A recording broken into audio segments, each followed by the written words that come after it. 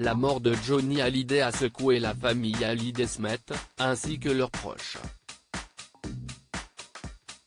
Depuis le décès du rocker le 5 décembre 2017, la relation entre Laetitia Hallyday et Estelle Lefébure, qui s'entendait pourtant très bien, s'est envenimée, comme vous l'indiquait Closer dans son édition du 12 janvier dernier, si bien que la veuve du chanteur a décidé de couper les ponts.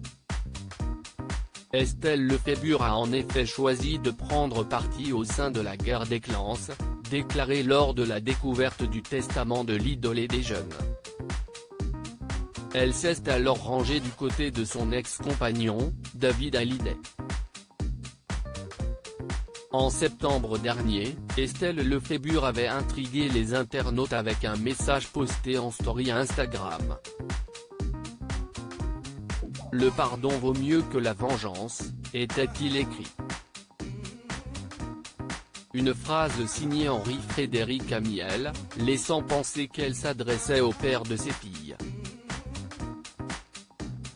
Entre fin décembre et début janvier dernier, le mannequin de 52 ans s'était rendu à Saint-Barth, sans rendre une seule visite à la dernière épouse de Johnny Hallyday.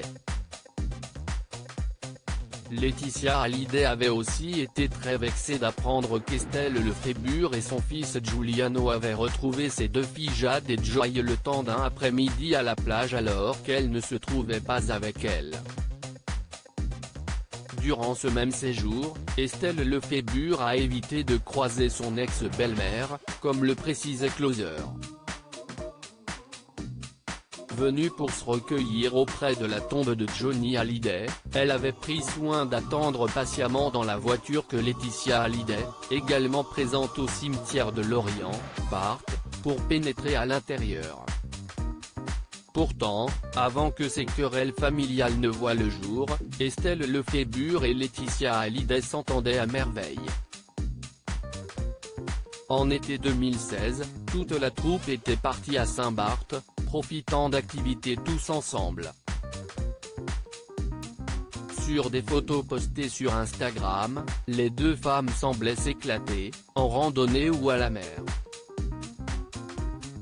Mais les temps ont changé.